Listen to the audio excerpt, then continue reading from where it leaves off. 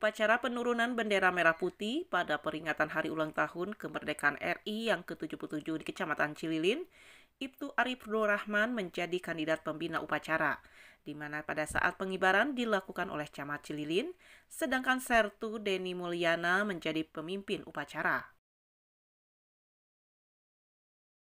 Kegiatan yang digelar di lapang pondok pesantren P3SB itu dihadiri oleh berbagai instansi yang ada di lingkungan Kecamatan Cililin, dengan pasukan pengibar bendera dari siswa-siswi SMA di Kecamatan Cililin.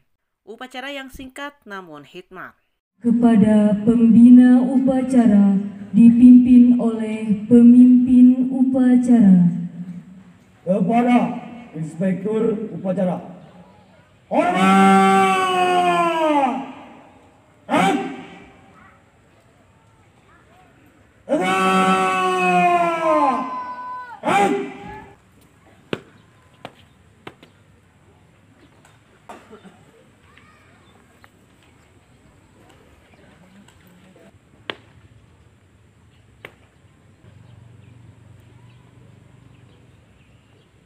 Dari Kecamatan Cililin, tim liputan Lasmana dan Dodi, Hadas TV mengabarkan.